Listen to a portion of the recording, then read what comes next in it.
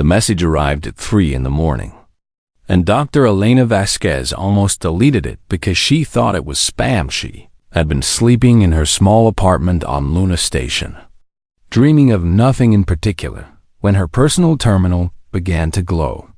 With an urgent notification, the sender was listed as the Volante Imperial Court. Elena sat up in bed and rubbed her eyes because she was certain she had read that wrong. The Volante were one of the oldest civilizations in the known galaxy, and they had been traveling between stars when humans were still figuring out how to make fire. They ruled over 200 systems and commanded fleets that could destroy Earth in an afternoon if they ever felt like it. They did not send messages to human doctors in the middle of the night, but the encryption codes were real and the diplomatic seals checked out. And by the time Elena finished reading the message 3 times, she was wide awake and very confused. The message said that Queen Seraphiel the Radiant, ruler of the Volante Empire for 90 years, was dying of an unknown illness. It said that no Volante physician could determine what was wrong with her. It said that someone had heard rumors about human medicine and its strange methods. It said that Elena Vasquez, who had published papers on xenobiology and cross-species treatment, was being summoned to the throne world of Kethvaros. Immediately a ship would arrive to collect her in 6 hours. Elena read the message one more time, and then she called her supervisor to tell him she would not be coming to work for a while. The journey to Kethvaros took 3 days aboard a Volante cruiser that was larger than most human cities. Elena spent most of that time studying everything she could find about Volante biology, which was not much because the Volante considered their physical forms to be sacred and did not share medical information with outsiders. What she did learn worried her. The Volante were humanoid but not human, standing about 8 feet tall with skin that appeared to be made of living crystal. Their bodies produced natural bioluminescence, and they communicated as much through patterns of light as through spoken language. They were beautiful in a way that made humans feel small and crude by comparison. But the thing that worried Elena most was their attitude toward physical contact. The Volante did not touch. They had developed their civilization around the principle that physical bodies were merely vessels for the soul, and that touching another person was a form of contamination. Their medicine used scanning devices and energy manipulation and quantum field adjustments, all performed from a safe distance. A Volante doctor would never lay hands on a patient. A Volante doctor would consider such an act to be primitive and barbaric and possibly criminal. And Elena was a human doctor, which meant that touching patients was basically her entire job. When the ship arrived at Kethvaros, Elena was escorted through a crystal palace that seemed to stretch forever in every direction. The walls glowed with soft light, and the floors were so polished that she could see her reflection in them. And everywhere she looked, there were Volante watching her with their compound eyes. They did not speak to her. They did not come close to her. They looked at her the way someone might look at an interesting insect that had wandered into their home. Elena was brought to the throne room, which was the largest enclosed space she had ever seen in her life. The ceiling was so high that clouds actually formed near the top, and the room was filled with hundreds of Volante nobles and priests and guards, all standing in careful formations that kept everyone at least an arm's length apart from everyone else. At the far end of the room, on a floating platform made of pure light, lay Queen Seraphiel. Even from a distance, Elena could see that something was wrong. The queen's glow was weak and flickering, and her crystalline skin had taken on a grayish tint that did not look healthy at all. She was dying, and everyone in the room knew it, and nobody seemed to know what to do at all. Volante with elaborate robes stepped forward to address Elena. "I am High Chancellor Vareth," he announced in a voice that echoed through the enormous chamber. You are the human physician. I am Dr. Elena Vasquez, she replied, trying to keep her voice steady. I was told the Queen is ill. The Queen is experiencing a spiritual decline, the Chancellor said.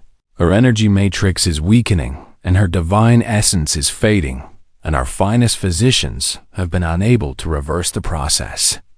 Elena frowned at that description, because it did not sound like any medical condition she had ever heard of. What are her symptoms?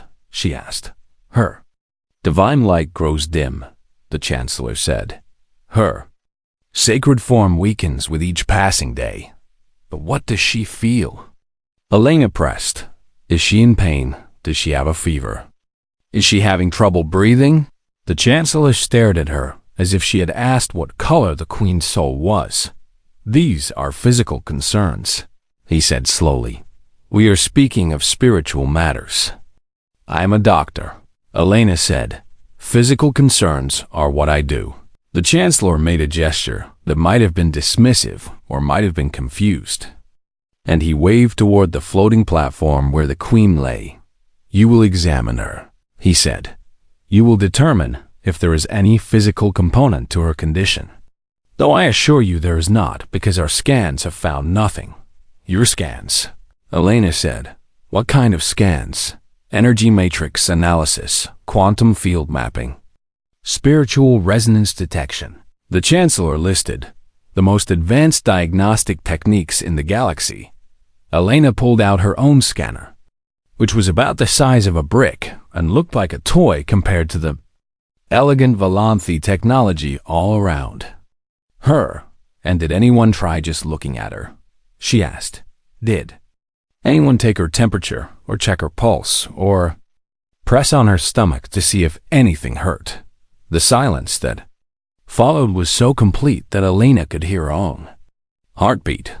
We do not touch the Queen, the Chancellor said finally, and his voice had gone cold. No one touches the Queen, and no one has touched a Volanthi monarch in 3,000 years. And if you are suggesting that such barbarism would be necessary, then perhaps we were wrong to summon you here. Elena looked at the Chancellor, and then she looked at the dying Queen on her platform of light, and then she looked back at the Chancellor. If you want me to help her, Elena said quietly, then I am going to need to touch her. The room erupted into chaos. 60 guards moved toward Elena with weapons drawn before she could even take a breath. They were tall and fast, and their crystalline bodies reflected the light of the throne room in ways that made them look like living sculptures. And every single one of them was pointing something at her that she was fairly sure could turn her into dust. Elena did not run, and she did not scream. And she did not reach for a weapon because she did not have one. She simply stood very still and waited for someone to decide whether she was going to live or die. The nobles of the court were shouting in their own language, and the patterns of light flashing across their skin told her that they were very angry, even though she could not understand the words. The priests were making gestures that looked like prayers or possibly curses. The Chancellor was staring at her with an expression that might have been fury or might have been disbelief.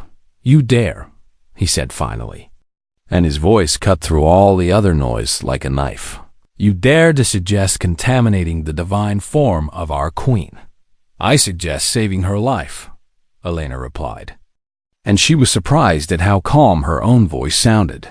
She is dying, and your scans cannot tell you why because you are looking for the wrong things. Our technology is beyond anything your species could comprehend. The Chancellor snapped. We have mapped the quantum structure of the soul itself, and you presume to tell us that we are wrong. I presume nothing, Elena said. I observe that your Queen is dying, and that all of your advanced technology has not helped her. And I offer you a different approach that might actually work. She pointed at the platform where Queen Seraphile lay, a glow so faint now that she almost looked like a statue rather than a living being. Your scans look for energy fluctuations and spiritual imbalances. Elena continued. That is what you expect to find. So that is what you find. But bodies are not just energy and spirit. They are also flesh and blood and bone. She held up her scanner. The crude human device that looked like a toy in this room full of wonders. My scanner looks for temperature changes and infection, markers and tissue abnormalities. And right now, it is telling me that your queen has a fever and an elevated heart rate and something that might be internal inflammation. Impossible, said one of the court physicians, stepping forward with indignation written across his glowing features. We would have detected any physical ailment. Would you? Elena asked. When was the last time anyone physically examined her? When was the last time anyone touched her skin to check if it was warm? When was the last time anyone pressed on her body to see if she felt pain anywhere? The physician opened his mouth to respond, and then closed it again because he did not have an answer. None of them did. The Volanthi had built their entire civilization around the principle of not touching each other. And they had built their medicine around the same principle. And they had been so successful for so long that they had forgotten what it was like to use their hands to heal. Your species abandoned physical examination thousands of years ago, Elena said. Not as an accusation, but as a simple statement of fact. You developed technology that could scan bodies from across a room. And you decided that touching patients was no longer necessary. And maybe you were right about that for most conditions. She took a step toward the platform, and every guard in the room tensed. But some problems cannot be found with scans. She continued.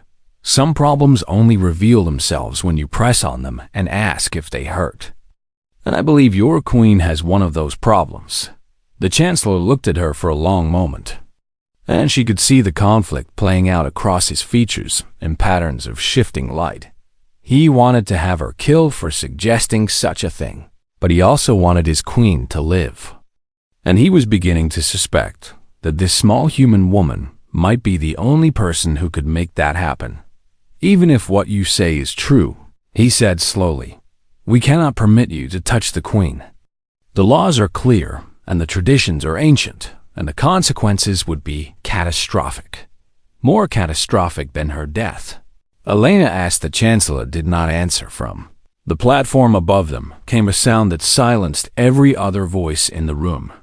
It was the queen. She had raised her head, and her compound eyes were open, and she was looking directly at Elena with an expression that the human could not read, but that somehow felt like hope.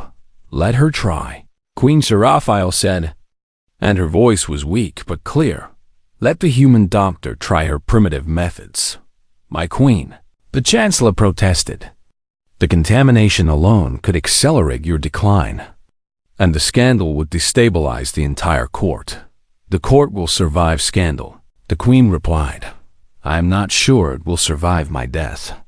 And I am certainly not going to survive another week of your physicians standing at a safe distance while my body fails. She looked at Elena again, and this time there was something in her gaze that the doctor recognized.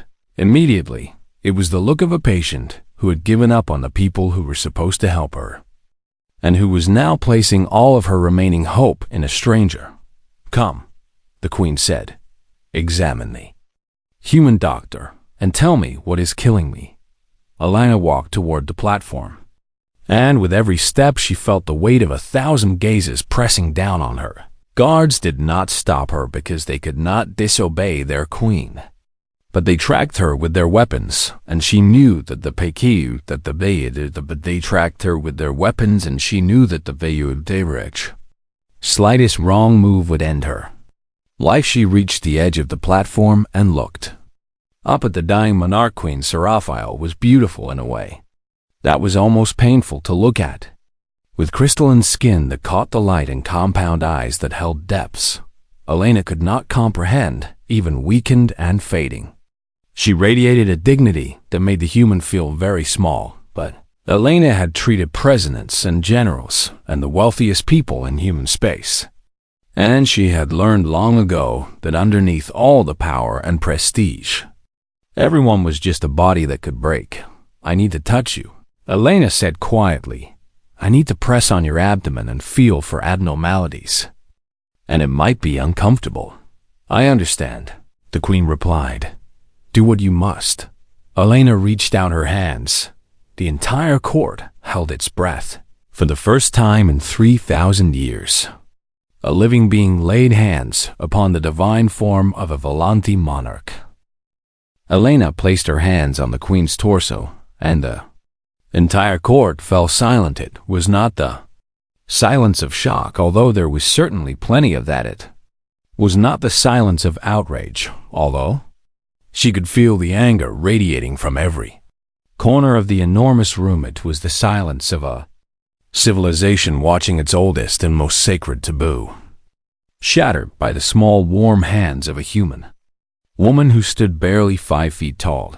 The Queen's skin was hot, much hotter than Elena had expected, and she could feel the crystal-like texture beneath her palms. Smooth and hard, but somehow also alive. There was a pulse there, a heartbeat that she could feel through her fingertips, and it was racing much faster than it should be.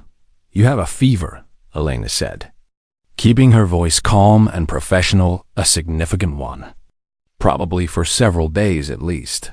She moved her hands lower, pressing gently on the Queen's abdomen, and she felt the monarch tense beneath her touch.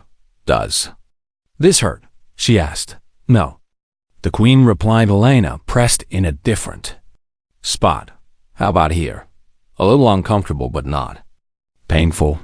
She moved her hands again, pressing on the lower right side of the Queen's torso, and the reaction was immediate. The Queen gasped, and her whole body jerked, and her bioluminescence flickered wildly in patterns that Elena did not need to understand to interpret. That had hurt. There, Elena said, right there. That is where the problem is. She pulled out her scanner and pressed it directly against the Queen's skin, which caused another ripple of horror to pass through the watching court, and she studied the readings with intense focus. The scanner was not designed for Volanti biology, but it could detect density differences and temperature variations and the basic signatures of infection. And what it was showing her confirmed everything she had suspected. You have a growth, Elena announced, loudly enough for the court to hear. A cyst of some kind, probably formed from crystalline tissue that did not develop correctly, and it has ruptured inside your body. She pointed at the scanner display, even though most of the Volanti probably could not read it.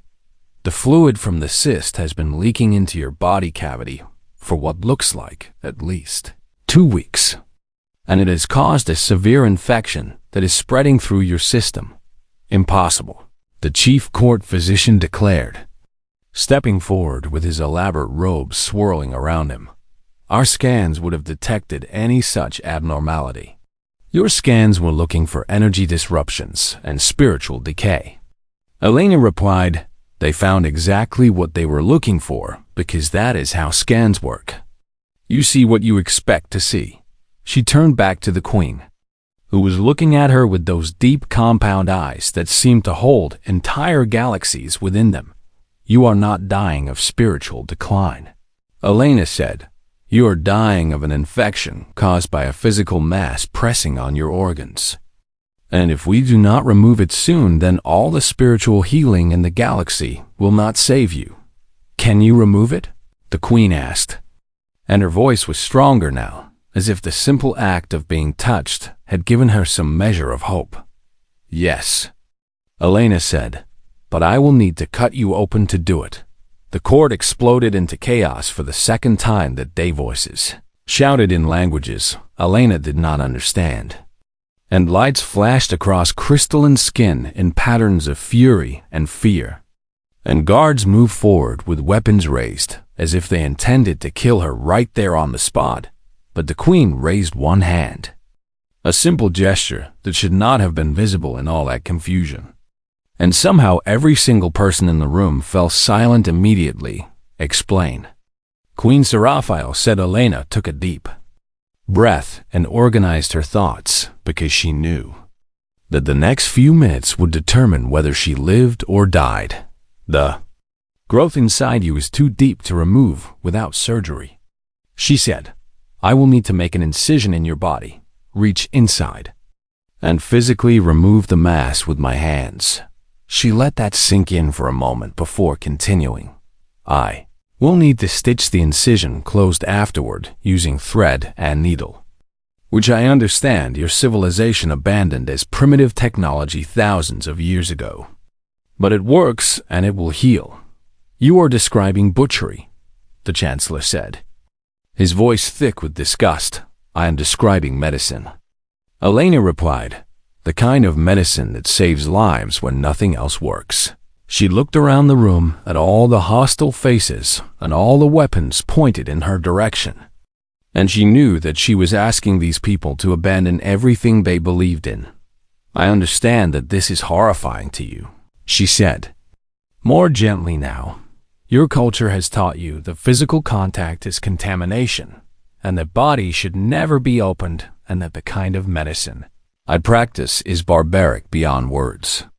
She turned back to the queen. But your culture has also taught you that your queen is divine. And right now, your divine queen is dying because nobody was willing to put their hands on her and check if something was wrong. The queen looked at Elena for a long moment, and the human could not read her expression, but she could feel the weight of the decision being made. How long do I have?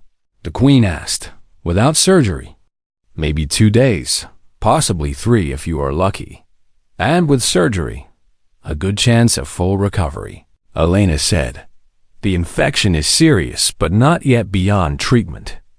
And once the source is removed, your body should be able to heal itself.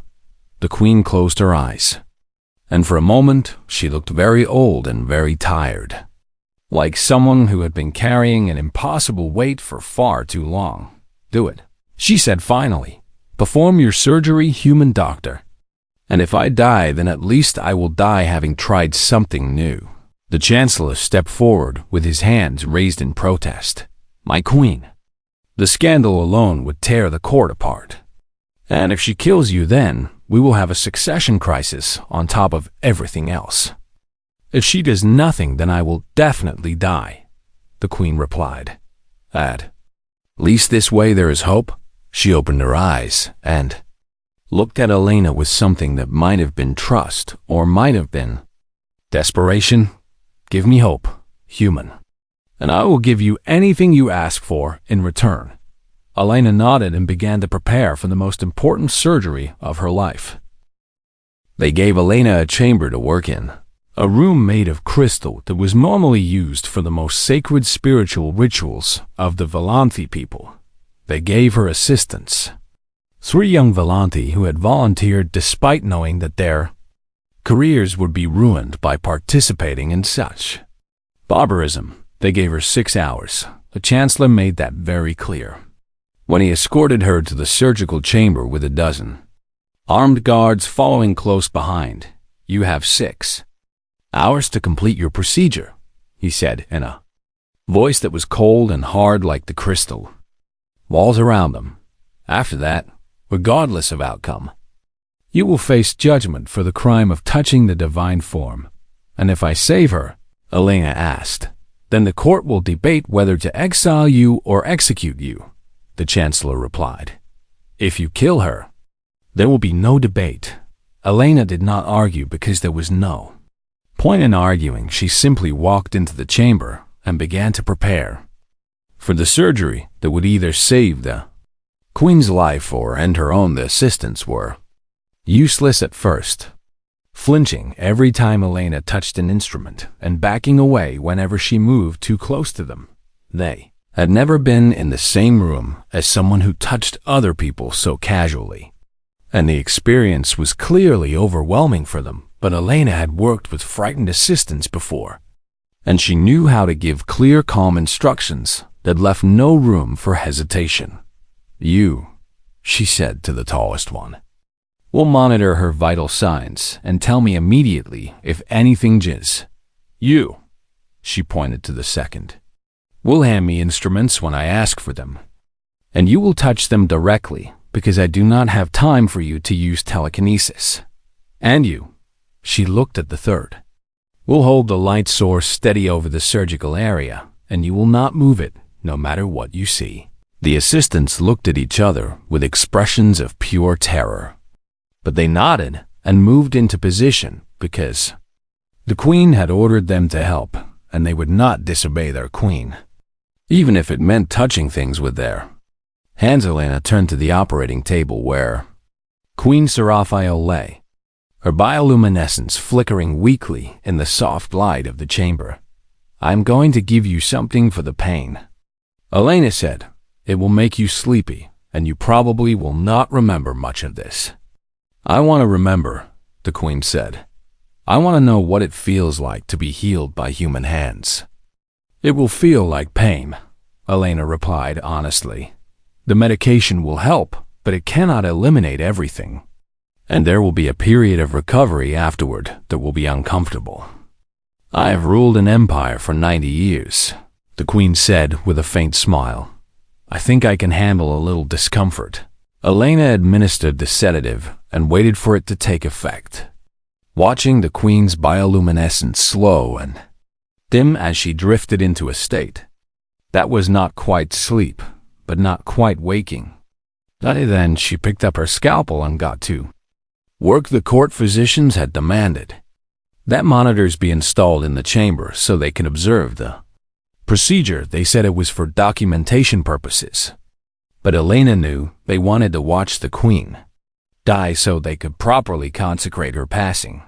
Instead, they watched Elena cut into divine flesh with a blade made of ordinary steel. They watched her open a wound in the queen's abdomen, carefully and precisely. With the skill of someone who had performed thousands of surgeries in her career, they watched her reach inside the queen's body with her own bare hands, feeling for the mass that was killing her, navigating alien anatomy by touch alone because her instruments were not designed for Volanthi biology. The first assistant reported vital signs in a shaking voice, numbers that meant nothing to Elena, but that she listened to anyway, because any change could be important. The second assistant handed her instruments with trembling hands, each touch a violation of everything they had ever been taught. The third assistant held the light steady, even though tears were streaming down their crystalline face, because they had been told not to move, and they would not move. Elena found the cyst after 20 minutes of careful searching. It was deep inside the queen's body, nestled against an organ that she could not identify, but that was clearly important based on the blood flow around it. The cyst itself was crystalline, like everything else about Volanthi biology, but it was dark and malformed, and it was leaking a thick fluid that had spread through the surrounding tissue. "Found it," Elena said, more to herself than to anyone else. "This is what has been killing you." She worked carefully to separate the cyst from the healthy tissue around it, cutting away adhesions and sealing blood vessels, and using every technique she had ever learned to minimize damage to the surrounding organs. The queen's vital signs fluctuated but remained stable, and Elena took that as a good sign. After an hour, she lifted the cyst out of the queen's body and held it up to the light. It was about the size of a golf ball, dark gray and misshapen, and it was the least divine-looking thing Elena had ever seen come out of a divine being. "This is it," she announced, loudly enough for the monitors to pick up her voice. "This is what was killing your queen. Not spiritual decline, not divine punishment, just a random growth that your scans could not detect because you never thought to look for it." She set the cyst aside and returned to her work, beginning the long process of cleaning the surgical site and closing the wound. She used thread to stitch the queen's internal tissue back together, the same kind of thread that humans had used for thousands of years. Simple and effective and utterly primitive by Volanthi standards, she used more thread to close the external incision, creating a neat row of stitches that would dissolve on their own as the wound healed. When it was done, she stepped back and looked at her patient, and she saw that the queen's bioluminescence was already growing stronger. The flickering had stopped, and the color was returning, and the queen was breathing more easily than she had in weeks. Elena stripped off her bloody gloves, and turned to face the monitors that connected her to the watching court. She will need rest, Elena said. She will need medication to fight the remaining infection. And I will synthesize something compatible with her biology. She will need physical therapy to regain her strength. And she will need someone to actually touch her once in a while to check for other growths, because these things are common and they should be caught early. She took a deep breath. But she is going to live. Monitors showed her the throne room, filled with hundreds of Volanti who had been watching in horror and fascination as their queen was cut open and stitched back together like a common creature.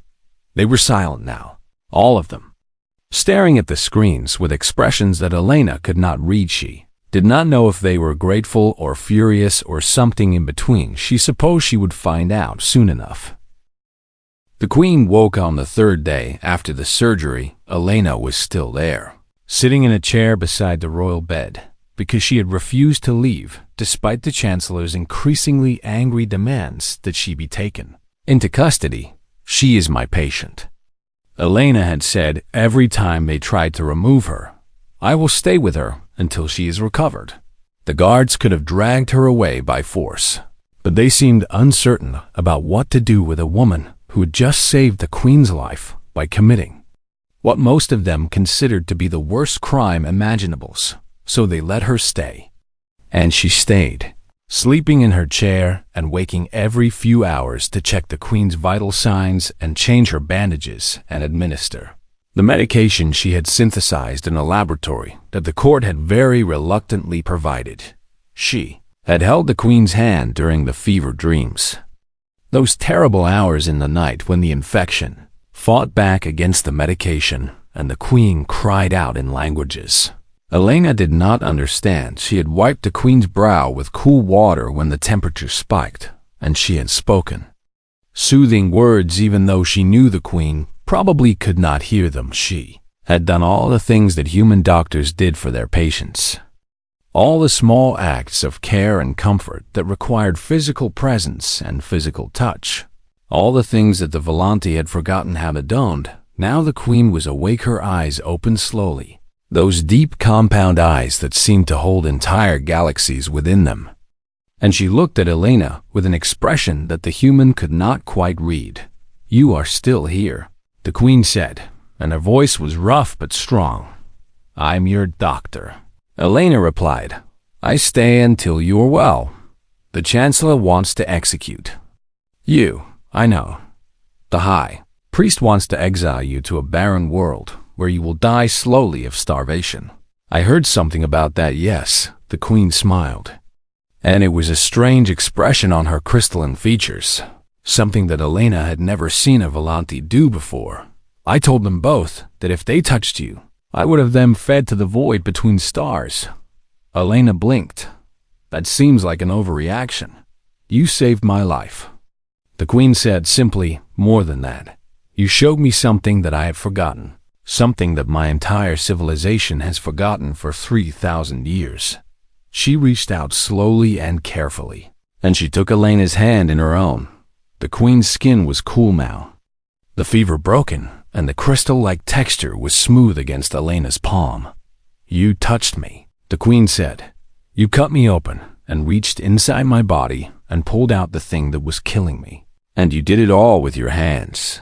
These small human hands that everyone in my court considers to be primitive and contaminating. It is just medicine. Elena said, it is just what doctors do. No, the queen replied. It is more than that. It is connection. It is one being reaching out to another and saying, I am here and I will help you. She squeezed Elena's hand, and the gesture was awkward and unpracticed, like someone who had never held another person's hand before. Do you know why we stopped touching each other? The queen asked. Elena shook her head. It was thousands of years ago, during a great plague that spread through physical contact, the queen explained. We developed a technology to heal from a distance, and we decided that touching was no longer necessary. And over time, the decision became tradition, and tradition became law. And law became religion. She looked down at their joined hands. "We forgot what it meant to be held," she said softly. "We forgot what it felt like to have someone close to us. Someone who would touch our pain instead of observing it from a safe distance." Tears were forming in her compound eyes, and Elena watched in amazement as they fell like tiny diamonds down the queen's crystalline cheeks. "I am 90 years old," the queen continued. "I have ruled this empire for most of my life, and I have never been held, not once, not by a friend or a lover or a parent or anyone at all, because I am divine, and the divine must not be contaminated by physical contact." She sat up in her bed, slowly and carefully, and she winced at the pain from her healing wound, but she did not stop. "And then you came," she said, looking at Elena with something that might have been gratitude or might have been wonder. "A small human woman from a primitive species that has only been traveling between stars for a few decades. And you put your hands on me, and you saved my life, and you stayed with me through the fever, and held my hand while I slept." The queen stood, and Elena stood with her, still holding that crystalline hand that had never been held before. "You showed me what I have been missing," the queen said. "What my entire civilization has been missing for 3,000 years. And then Queen Seraphile the Radiant, ruler of the Volanthi Empire, did something that no Volanthi monarch had done in recorded history. She embraced Elena Veskeshi, wrapped her arms around the small human doctor, and held her close. And she wept openly and freely because she was being held for the first time in 90 years, and she had not realized how much she needed it until that moment Elena hugged her back, because that was what humans did when someone needed comfort. And she felt the queen's body shake with sobs that had been waiting a lifetime to escape. They stood like that for a long time, the queen and the doctor, while the court watched through the ever-present monitors and tried to understand what they were seeing when the queen finally pulled back. Her bioluminescence was brighter than it had been in years. Warm gold and soft violet pulsing through her crystalline skin in patterns that spoke of joy and relief, and something that looked very much like love. "Your species touches each other all the time," the queen said. "You shake hands in greeting and embrace in sorrow, and hold your sick and dying close." "Yes," Elena said. "We thought it was primitive. Maybe it is." The queen smiled again, and this time the expression looked more natural on her features. "Maybe. Primitive is not such a bad thing." She turned to face the monitors, to face the hundreds of courtiers who were watching this unprecedented moment in Volanthi history. "I am issuing a new decree," she announced in a voice that carried all the weight of her authority. "Effective immediately, physical contact between Volanthi citizens is no longer forbidden. It is encouraged, and our medical schools will begin teaching the physical examination techniques that Dr. Vasquez has demonstrated." The court erupted into shocked murmurs, and Elena could see the chancellor's face through the monitors, his expression a mixture of horror and resignation. "Furthermore," the queen continued, "Dr. Elena Vasquez is hereby named a friend of the empire, the highest honor we can bestow upon an outsider, and any person who threatens or harms her will answer directly to me." She looked at Elena and smiled once more. "You came here to save one life," she said. "You may have saved an entire civilization in the years that followed." The Volanthi medical reforms would be studied by historians as one of the greatest cultural shifts in galactic history. Tuck-based diagnosis became mandatory training for all Volanthi physicians, and physical therapy replaced pure energy manipulation. And for the first time in millennia, Volanthi parents held their children close in the great medical academies of Kethvaros.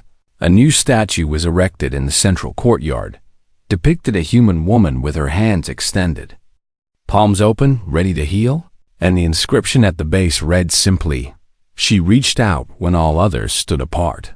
Humanity's reputation in the galactic community changed after that.